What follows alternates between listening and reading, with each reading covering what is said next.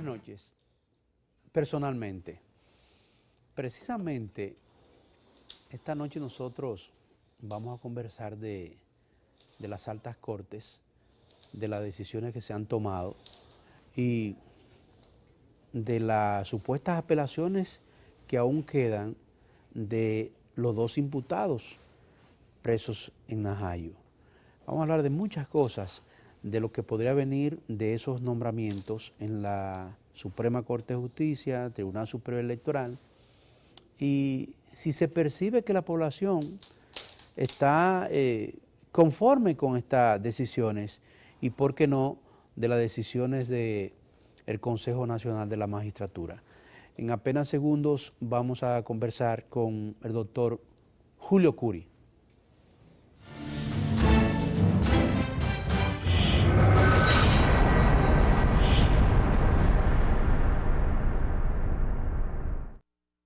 Esta noche el doctor Julio Curi.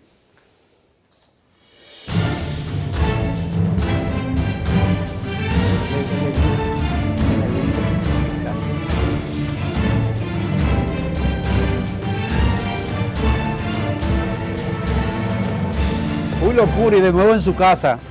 Juan Giovanex, Dímelo, hermano. este es el único programa en el que yo siento que ¿Que te sientes bien? No, déjame decirte que hace ya, qué sé yo, 20, 30 años, en el show del mediodía, todos los viernes se presentaba Fernando Villalona. Ajá. Y las entradas que él hacía, en aquella época yo era estudiante y me desesperaba los viernes por llegar al show del mediodía para verlo, porque era el ídolo de la... Pero además Julio es fanático del Mayimbe y abogado de Fernando Villalona. No, compadre de él. Compadre, oye, fanático, compadre y abogado del Mayimbe. Es decir, que imagínense. Pero las entradas, cuando Jackie Núñez lo presentaba, eran muy parecidas a estas. Sí, pero aquí... Porque la cámara lo filmaba desde el pasillo. Pero aquí no hay fans ni fanáticos. Bueno, pero... Que allá estaba siempre lleno, ¿verdad? Siempre que paso por ahí, me recuerdo... le da melancolía a Julio Curi. Julio, gracias por estar de nuevo aquí. A ti, yo saco a Julio, yo lo llamo de repente sin estar invitado y él viene. Hace un esfuerzo por estar con nosotros. Necesitamos de tu presencia precisamente hoy, Julio, por las publicaciones que hay ya de los nuevos miembros de las altas cortes. ¿Qué te ha parecido esa elección? A ver, tenemos el Tribunal Superior Electoral. Me siento satisfecho de que ninguno de los miembros que optaron por permanecer en esa alta corte haya sido confirmado. Y yo creo que para nadie es secreto que el desempeño, que el saldo del Tribunal Superior Electoral desde el momento en que se instituyó mediante la Constitución proclamada el 26 de enero del 2010 hasta el día de hoy es lastimosamente deficitario. Tuvimos un Tribunal Superior Electoral de rodillas a intereses políticos que predominaron, que permearon sus decisiones, contribuyendo a debilitar considerablemente el sistema de partidos. Decisiones, además de cuestionables desde el punto de vista técnico, jurídico, desprovistas de motivaciones serias. Y me refiero en específico a aquel proceso que se conoció con motivo de la expulsión del PRD, del entonces PRD, de Miguel Vargas, que era a la sazón su presidente. Y lo sigue siendo aún, ¿no? Pero un partido distinto al del 2012. Y ese tribunal, que fue apoderado por Miguel Vargas de una acción de amparo a fin de que se les reconociesen sus derechos y dejar sin efecto aquella decisión que había tomado el comité político, fue verdaderamente un hazmerreír. Entonces ahora tenemos jueces distintos. En fin, esa fue, para cerrar la idea, la constante del Tribunal Superior Electoral. Yo me reí a carcajadas cuando escuché a más de uno de sus miembros en las entrevistas que se celebraron ahora con motivo de la escogencia de esas 5 posiciones y las 4 vacantes de la Suprema Corte de Justicia, porque ellos alegaban que sus sentencias habían sido recurridas en revisión constitucional y que un porcentaje X apenas había sido anulado. Yo les recuerdo a esos jueces que las decisiones del Tribunal Superior Electoral son recurribles ante el Tribunal Constitucional, el conocido recurso de revisión constitucional, y eso es un recurso muy limitado porque apenas uno puede invocar infracciones de orden constitucional. Lo que quiero decir es que cuando uno recurre, se trata de un recurso extraordinario, uno no puede invocar lo que le llaman el efecto devolutivo, devolver el conocimiento del proceso de manera íntegra, plena, a un tribunal de alzada para que se vuelvan a conocer los hechos y el derecho. Porque si bien es verdad que el Tribunal Constitucional validó desde el punto de vista constitucional sus decisiones, no es menos cierto que la legalidad de esas decisiones jamás fue cuestionada, porque el Tribunal Constitucional, cuando conoce de un recurso de revisión, apenas se aboca a determinar la violación a los principios, normas y valores constitucionales, no así a los principios, normas y valores legales. Entonces ellos se sentían, de cierto modo, al abrigo de la fiscalización de un tribunal de alzada que pudiese determinar hasta qué punto eran legales sus decisiones. Porque, repito, el recurso de revisión constitucional no implica el efecto devolutivo. Entonces, era tiempo de un cambio en el Tribunal Superior Electoral y afortunadamente hoy se produjo. Pero independientemente a esa nueva elección y que no existiera la posibilidad ya que se devuelva nada con esa decisión, una de las miembros del Consejo Nacional de la Magistratura de la oposición, precisamente Josefa Castillo, decía esta tarde que ya ellos no están conformes. Bueno. Que no se dio lo que buscaban, que incluso ellos sugirieron que Miriam Germán Brito sea la sustituta de Germán aquí en el primer sustituto. Exacto, y que eso no se le dio, y que en vez de dos mujeres hay una sola, y que esa elección, que algunos sí, pero que buscaron en el padrón y que pertenecen al Partido de la Liberación Dominicana, el presidente del Tribunal Superior Electoral y la señora Cristian. Dijo ella textualmente que no están conformes. ¿Y entonces, Julio? Bueno, Román Jaques tiene años desempeñándose como decano de la Facultad de Derecho de la Universidad Católica de Santo Domingo. Fue en alguno de los gobiernos de Leonel Fernández también, me parece que, ahora no recuerdo, no quisiese aventurarme, pero sí ocupó una función pública. Ramón Arístides Madera Arias es un ministerio público de larga data. No sé si tiene filiación política, lo dudo. Rafaelina Peralta, no le conozco tampoco. ¿No viene del Partido Reformista ella? Creo que sí, el padre. Sí. El padre. ¿Qué otro fue designado ahí hoy? El señor Sosa.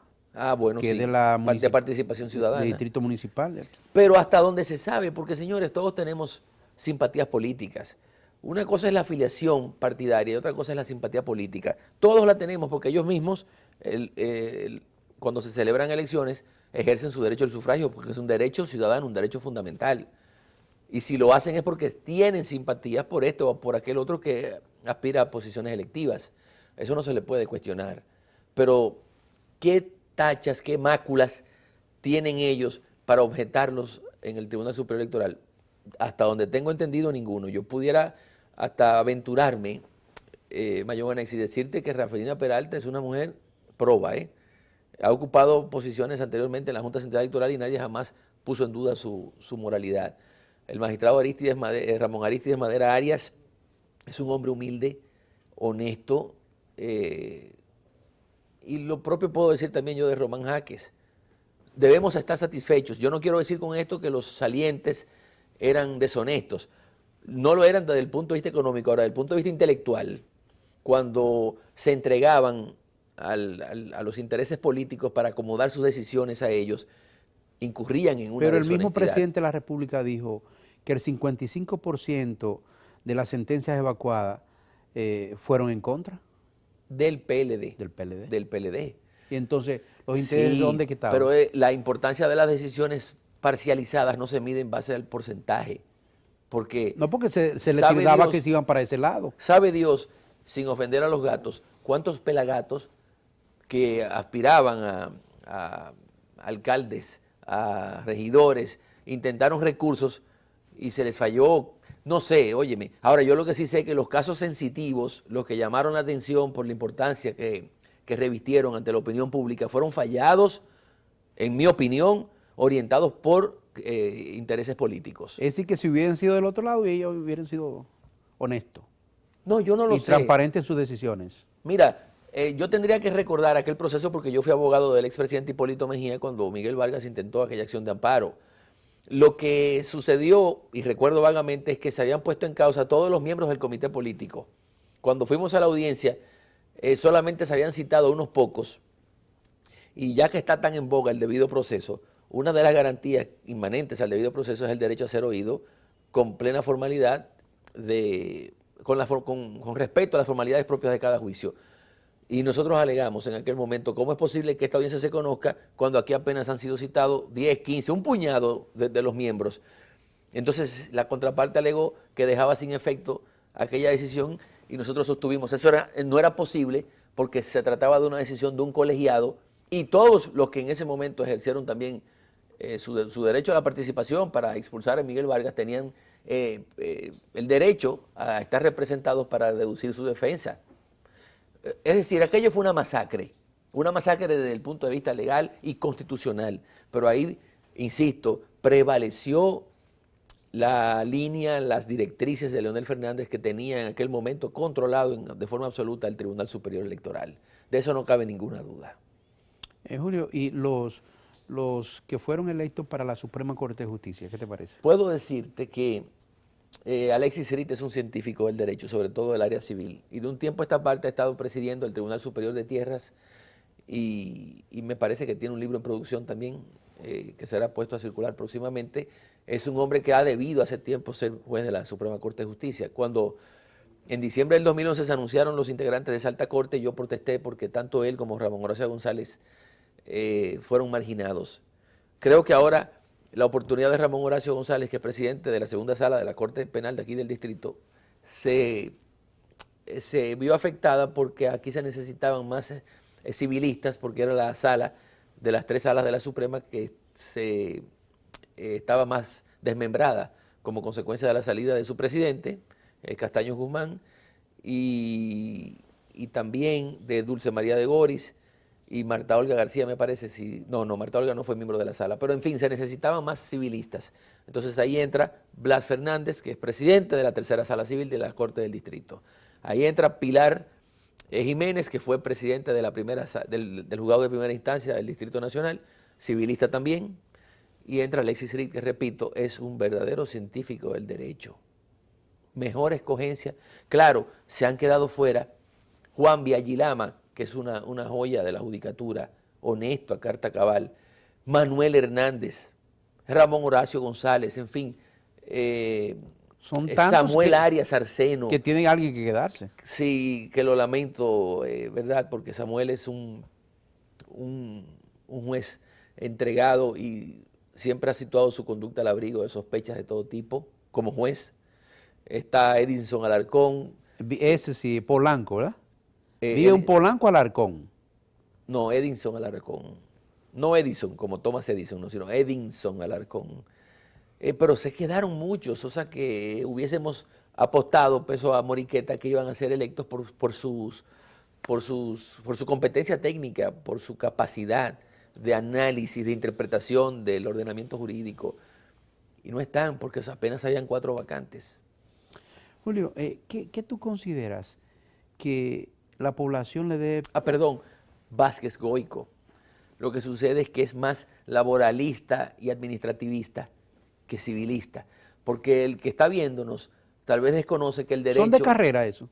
Sí, son de carrera. El derecho es una ciencia tan amplia como la medicina.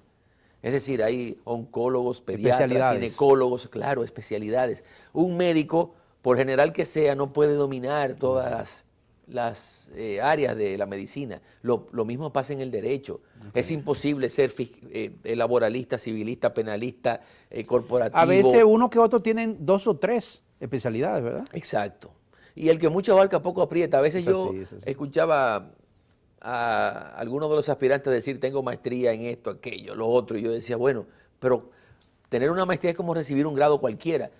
Yo te confieso y le confieso a la teleaudiencia que cuando yo me gradué, cuando yo me recibí de abogado en 1989, yo salí sabiendo absolutamente nada de derecho, nociones muy vagas.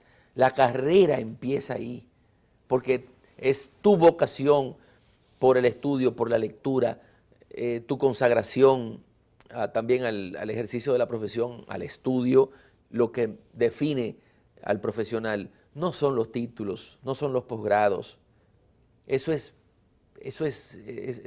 baladí.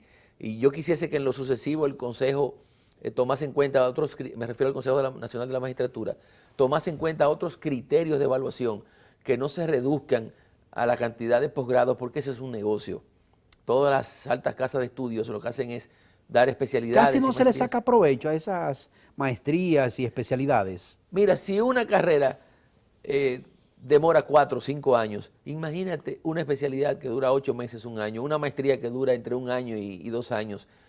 Es lo mismo, se va a escuchar la clase, siempre pendiente en los meses que faltan para culminar el posgrado, entretenido uno con el celular, pensando en las obligaciones que tiene, los compromisos pendientes, faltando a clases.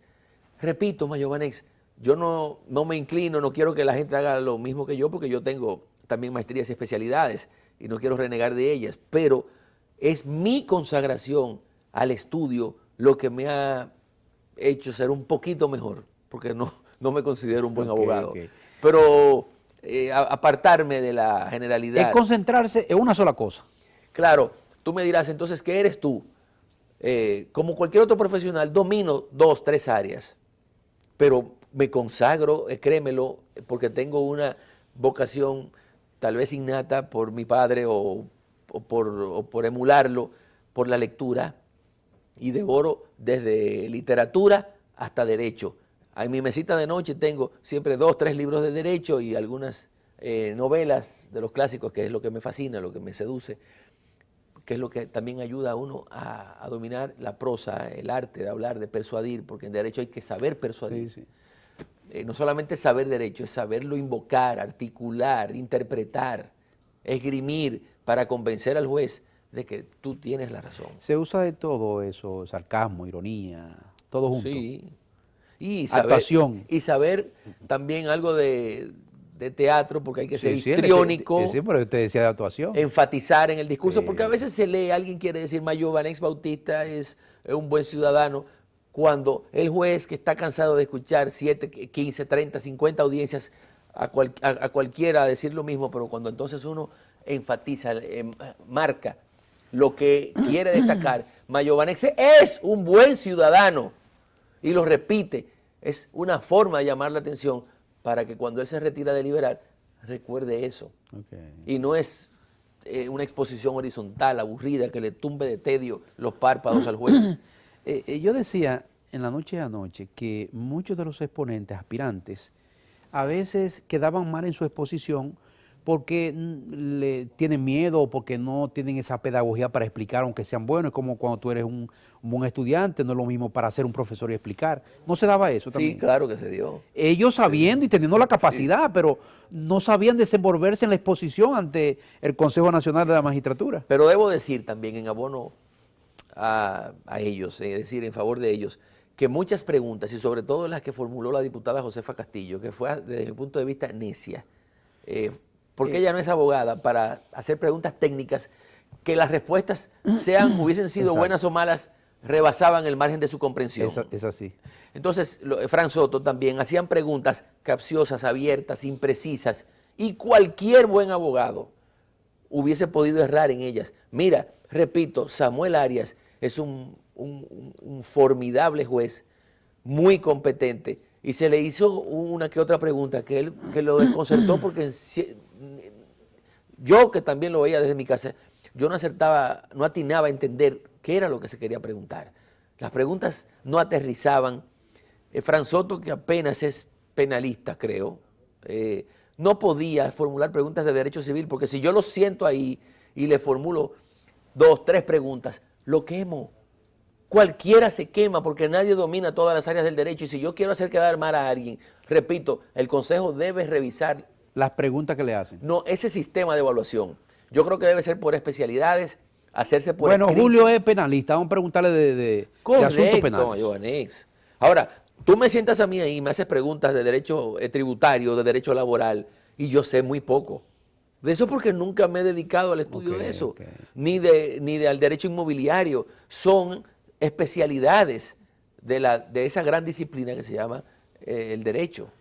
¿Tú consideras que el Consejo Nacional de la Magistratura se comportó a su altura?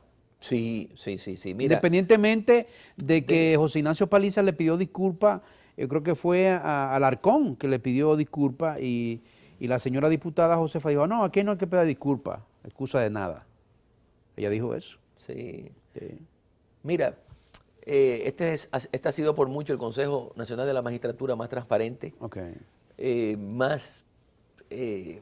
mira, ninguno de los jueces que ahí se escogieron hoy tiene, qué sé yo no te diría que responde a pie juntillas a ningún político. Me sorprendió la escogencia de Alexis Rin, de Pilar Jiménez, que jamás se le ha vinculado ni asociado remotamente con ningún partido ni político, con ningún partido político ni con ningún dirigente político.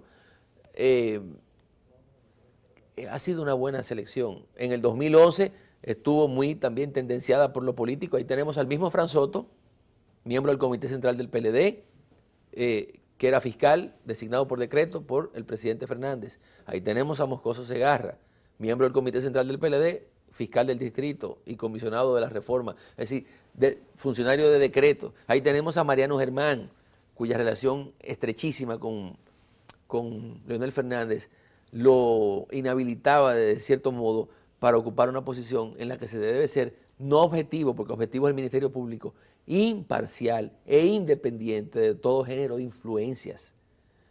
Pero fíjate que ahora el presidente Danilo Medina, teniendo la misma posibilidad que tuvo en aquel momento Leonel Fernández, se distanció de temores, intereses personales y políticos y fomentó la escogencia de jueces que no responden a nadie.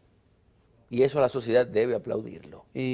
Julio, a veces, no a veces, ahora grupos económicos, empresarios, sociedad civil y otros recomendaron a algunos, esos que tú dices que son independientes, que son transparentes, que son apolíticos, si son recomendados por mi grupo, por la iglesia o por tal, no van a responder a mí.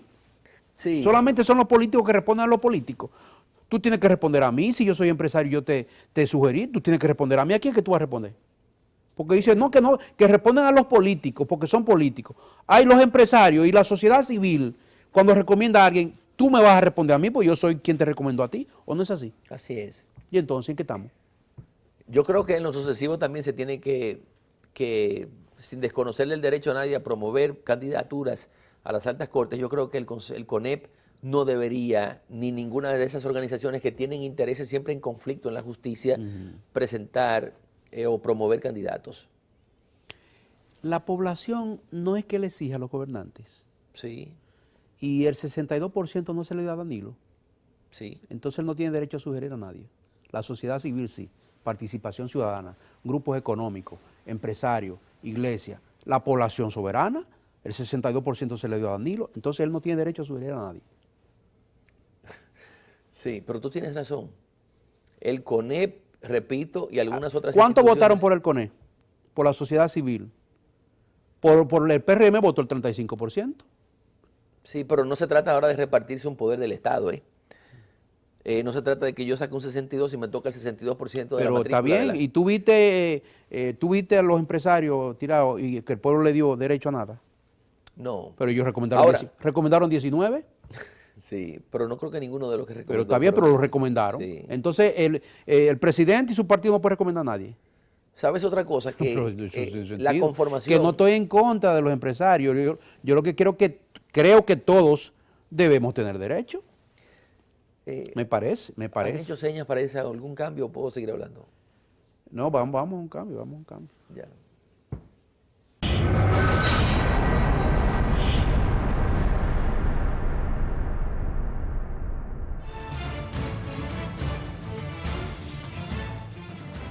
Continuamos con el doctor Julio Curi. Julio, ¿qué tú percibes que puede ver los movimientos opuesto a o la clase política, la sociedad civil opuesta al presidente de la República, con ese comportamiento en el Consejo Nacional de la Magistratura? El de un hombre prudente, el de un hombre respetuoso de la institucionalidad. Yo sé que aquí hay un sector, aunque minoritario, afortunadamente, que se ha cebado en él por el tema de la licitación de Punta Catalina y por Odebrecht, y han llegado incluso a la temeridad de sugerirle o de proponer, no sugerirle, al Procurador General de la República de que impute penalmente al presidente, desconociendo el principio de personalidad de la pena. Uno de los principios que rige el derecho a la libertad es el que proclama que nadie es penalmente responsable por el hecho de otro. En materia penal, uno compromete su responsabilidad por una de dos vías: por autoría, cuando uno es el que ejecuta, el que incurre, digamos, en la acción que da lugar al tipo penal, ¿no? Puede ser a cualquier tipo de infracción. Y por vía de complicidad, que es cuando se hace un procedimiento preparatorio o accesorio, digamos, un homicidio, ¿no? Yo sujeto a la víctima y el otro lo apuñala. El que lo apuñala ejecuta el tipo y el otro es cómplice. O el que acecha mientras otro roba, ese es el cómplice, y el que ejecuta la sustracción es el autor del robo. Entonces, yo pregunto, ¿quién convoca esa licitación y quién adjudica la licitación? ¿El presidente de la República? No, eso era un comité de licitaciones, encargado de evaluar, de valorar las propuestas técnicas y económicas. Entonces, ¿por qué es que se cree que es tan fácil imputar a una persona penalmente? ¿Qué habría hecho el presidente para ser responsable de cualquier eventual ilegalidad? Porque estoy hablando en el campo hipotético de que se haya producido alguna irregularidad ahí, que no me consta, porque yo creo que la gente se interesa, se fija entre ceja y ceja una idea y se olvida que hubo una comisión integrada por personas notables. Ahí estaba Percio Maldonado, ahí estaba Pepín Corripio y otros más. Entonces lo que ellos concluyeron también fue porque el presidente se los impuso. Por eso digo, hablo en el campo hipotético. Incluso ellos le hicieron sugerencias en el informe al presidente de la República, sí, de compras y contrataciones. Pero lo importante fue que no concluyeron que ahí se verificó ninguna ilegalidad. Exacto. Entonces, ¿por qué insistir tanto en lo que es, desde mi punto de vista, una demagogia, un populismo que pudiera hacerle mucho daño al país? Porque si eso llegase a suceder, entonces aquí se va a administrar justicia por el clamor popular, porque la gente quiera que a Mayobanés le levanten la horca, o porque a Julio Curi le planten el asta de su bandera arriada. Julio, eso no es así. Nosotros decíamos anoche que hay intelectuales, médicos, abogados, es vicepresidenta, es candidato presidencial. Ellos pueden armar el muñeco con buen expediente y llevarlo a la justicia. Ellos no lo pueden hacer. Sí. Lo que pasa es que ellos podrán decir que se encuentran en una situación de desventaja porque no pueden recabar los elementos de prueba que puedan sustentar una acusación, y que solamente el Ministerio Público, por las prerrogativas que les reconoce la ley, lo pudiera hacer.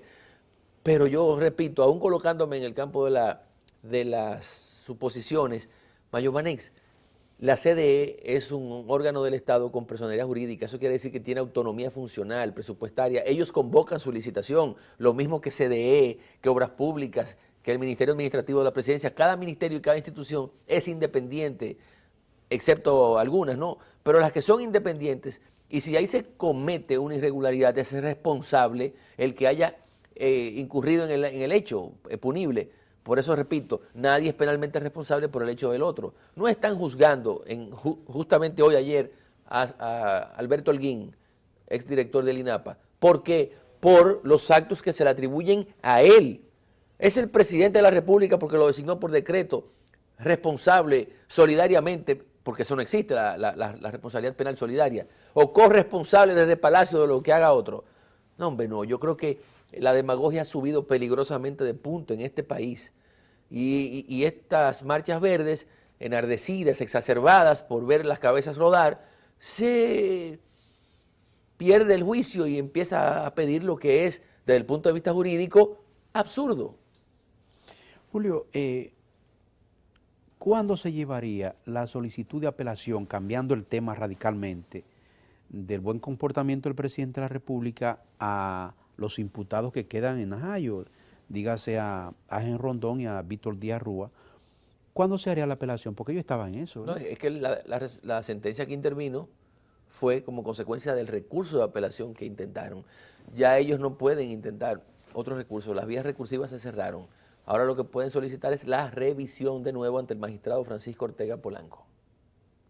¿Qué debe producirse? Una variación de los presupuestos, es decir, que ya se tomaron en consideración al momento del magistrado Ortega dar su decisión. Se tienen que aportar nuevos elementos para que convencer al juez Ortega de que ninguno de ellos dos representa peligro de fuga, o porque recuerda que tienen que concurrir 3 circunstancias para imponer una coerción: la suficiencia probatoria de que el imputado es con probabilidad autor o cómplice de un hecho, el peligro de fuga y que la infracción apareje penas privativas de libertad. Aquí la última, está fuera de dudas. El peligro de fuga, que fue donde se centraron la mayoría de las defensas, responde a una serie de causales, que si arraigo social, que si la peligrosidad del tipo penal reflejada en la severidad de la pena, en fin. Pero lo que ninguno se abocó a cuestionar era la suficiencia de los medios de prueba que ha presentado la Procuraduría para justificar las medidas de coerción que se solicitaron en su contra. Julio, imagínate que tú eres Ortega Polanco. Con esa decisión que él tomó a todos los imputados y luego la de la Suprema Corte de Justicia, ¿qué tú pensarías? Oye, pero me echaron todo para atrás. Sí. ¿Qué tú pensarías tú? Bueno, mira, el magistrado Ortega tomó una decisión en el momento. Quizás en el curso de los días por venir la presión amaine y entonces se puedan variar las cosas. Ahora, yo dudo mucho que al ingeniero Víctor Díaz Rúa le varíe la medida de coerción.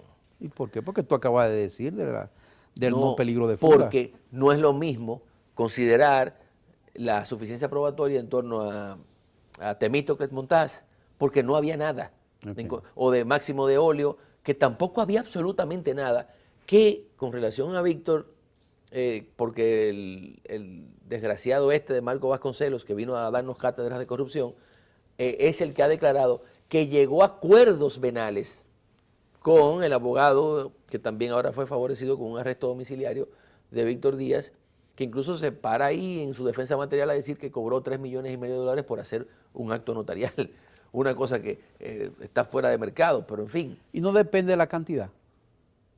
No, pero jamás, jamás. Aquí se pueden contar con una mano y tal vez sobren dedos los abogados que por un caso han facturado semejante suma. 3 millones y pico de dólares. Sí. Eran muchos millones entonces, miles de millones. Pero él dijo que si él hubiese, me refiero a Vasconcelos, Sí. que si se hubiese sentido en libertad de poder escoger un abogado, no lo hubiera contratado a él. Que lo contrata por una sugerencia velada que pareció más bien una imposición de Díaz Rúa. Pero yo también quiero descartar, porque aquí no nos chupamos el dedo, ni nos tragamos píldoras doradas como esas, que Odebrecht pagó $92 millones en sobornos en República Dominicana. La media en América Latina, de acuerdo con el mismísimo Marcelo Odebrecht, era un 22% del costo de la obra, porque las sobrevaluaciones siempre oscilaban entre un 40 y 60%. Bueno, lo que dice Rondón es que recibió dinero de su trabajo. Y yo lo creo. Ese dinero lo recibió él como consecuencia de su habilidad de generar esos contactos, de esas obras, de identificarlas. El dinero del soborno es otro. Y repito, debe rondar, si acaso no sobrepasa, los $1.000 millones. Entonces, ¿tú consideras que ya todas esas decisiones que tomó la Suprema Corte de Justicia, eso se iría desvaneciendo con el tiempo? Tal vez. Pero en este periodo, en este interregno comprendido entre, yo no sé si, porque cada vez que miro hacia la izquierda veo señas. No olvides. No tenemos el tiempo encima.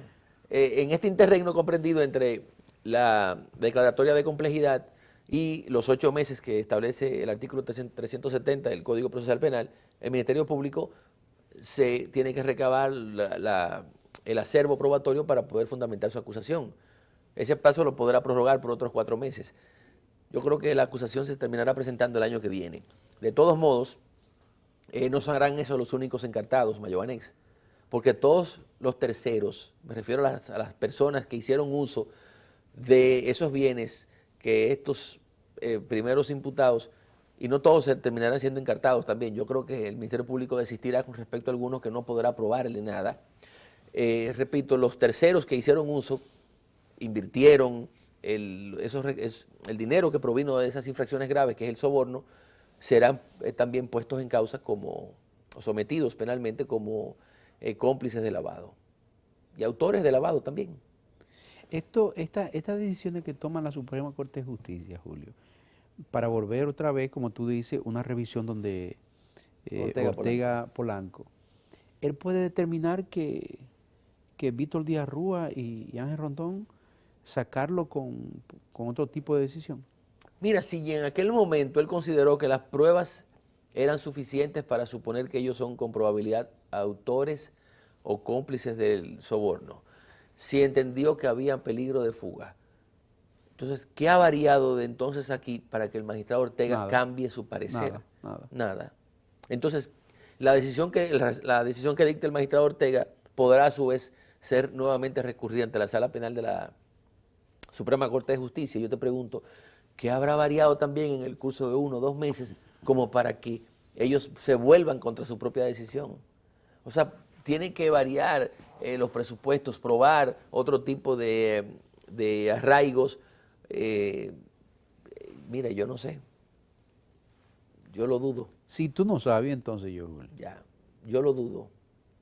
Esa es la verdad. Julio, yendo al ámbito político, la oposición, por ejemplo, el candidato de la oposición de las elecciones presidenciales pasadas, él siempre va al frente en la marcha verde, y se dice que en Nueva York uno de los cercanos de la gente del PRM, del candidato Luis Abinader, se atrevió a poner letreros o llamando corruptos a que sometieran a Hipólito, a Leonel y a Danilo. Entonces, tú que has estado a veces asesorando a algunos políticos y que eres amigo de todos casi, ¿cómo tú ves esto entre Hipólito Mejía y Luis Abinader? Gente de la ADER cercana poniendo cosas de Hipólito. Es que yo estoy muy distanciado de la política. En honor a la verdad, Mayor Vanex, el quehacer político me ha interesado muy circunstancialmente. Cuando yo le decía a mi padre... Él sabe por qué se lo pregunto. Sí, yo sé, porque sí, obviamente algunos atrevidos llegaron a sugerir el sometimiento también de Hipólito Mejía. Entonces Luis Abinader, que está en ese partido, marcha junto con los verdes. Es decir, estaría de acuerdo implícitamente en que al presidente Mejía lo acusen por los sobornos de Odebrecht. No, hombre, eso es tonterías. Yo creo que en el tiempo que nos queda también pudiésemos hablar, no sé qué te parecería a ti, de la querella que presentó Abel Martínez contra el director de Corazán. 2 minutos precisamente. Yo represento a Abel Martínez en ese proceso. Sí, te vi en Santiago. La comunidad de Santiago ha sobrevivido por las habilidades de Abel Martínez, porque los recursos que están destinados a sufragar la recolección de los desechos sólidos, que por la ley de Corazán, que es la CAST, el equivalente de la CAST del Distrito Nacional en Santiago, ese servicio de la recogida de la basura, para que la gente entienda, lo hace Corazán. Entonces, la ley establece que a más tardar... ¿El ayuntamiento? ¿No es el ayuntamiento que le toca eso? No, perdón. La recolección de basura lo hace el ayuntamiento. Okay. La facturación y la percepción de los valores por ese servicio lo hace Corazán. Entonces, la ley le impone a Corazán la obligación de entregar esos valores dentro de los 30 días de cobrarlos. Y desde el año pasado ha venido reteniendo ilegalmente esos montos para perjudicar... Más o menos algunos 50,000 pesos. No, tú estás hablando de más de 100 millones de pesos. Entonces, ese dinero es el que utiliza el ayuntamiento para a su vez pagar a los proveedores de ese servicio. Seguro. ¿De qué depende ese servicio? O digo, ¿qué consecuencias supone ese servicio? Preservar la salubridad, la higiene de la comunidad de Santiago. Y es contra esa... Bueno, yo sé que el tiempo lo tenemos ya encima, ¿no? Pero bueno... ¿Tú esperas que Corazán entienda la situación? Y que le no, yo lo que espero es que ya se le haya notificado la querella, se le haya dado el plazo para que produzca su defensa y que en el curso de los próximos días el Ministerio Público inicie su investigación, que yo estoy más que convencido de que... el ayuntamiento. De que presentarán acusación por desfalco en contra del señor Silvio Durán, que es tan tolerante que con motivo de un tuit mío recientemente hasta me bloqueó. Sí. Bien, gracias al doctor Julio Curi. Buenas noches. Nos fuimos.